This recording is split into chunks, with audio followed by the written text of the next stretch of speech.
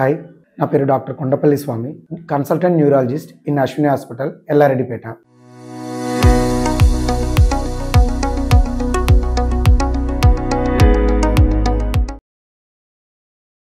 ఆడపిల్లలకి ఫిట్స్ వస్తే చాలా మంది భయపడుతుంటారండి. అలాగే పెళ్ళైన వాళ్ళకి, పెళ్ళైన ఆడవాళ్ళకి ఫిట్స్ వచ్చిన, ప్రెగ్నెన్సీలో ఉన్నా గానీ చాలా భయపడుతుంటారు.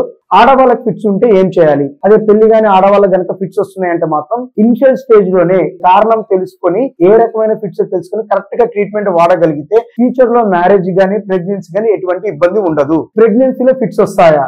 ఆల్రెడీ ఫిట్స్ ఉన్న వాళ్ళు ప్రెగ్నెంట్ అయ్యే అవకాశం ఉంటుందండి మ్యారేజ్ తర్వాత, లేదా ప్రెగ్నెన్సీ వచ్చిన తర్వాత కూడా కొత్తగా ఫిట్స్ వచ్చే అవకాశం ఉంటుంది. ఆల్రెడీ ఫిట్స్ ఉన్న వాళ్ళు ప్రెగ్నెన్సీ ప్లాన్ చేయొచ్చా?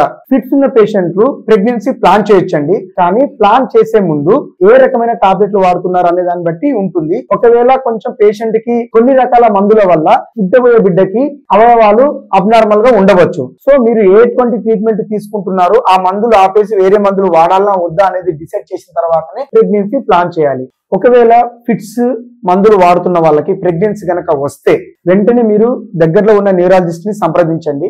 అప్పుడు వాడుతున్న టాబ్లెట్లను, లోపల బిడ్డ పెరుగుతున్న విధానాన్ని బట్టి ఆ టాబ్లెట్స్ ఇంకా ఉంచాలా, కంటిన్యూ చేయాలా, లేకపోతే కడుపులో ఉన్న బిడ్డకి ఏమైనా టెస్టులు చేయించాలని నిర్ధారించాల్సి వస్తుంది.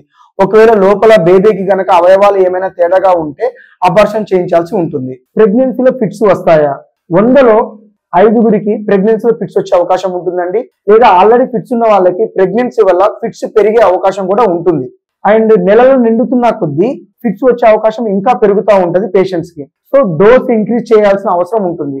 ఏ కారణం లేకుండా కూడా ప్రెగ్నెన్సీలో ఫిట్స్ వచ్చే అవకాశం ఉంటుంది. అలాగే ప్రెగ్నెన్సీలో ఫిట్స్ బీపీ పెరిగి ఫిట్స్ వచ్చే అవకాశం ఉంటుంది. దాన్ని ఎక్లాంప్షియా అంటారు. దానికి ఎంఆర్ఐ స్కాన్ చేపించి తగిన ట్రీట్మెంట్ చేయాలి.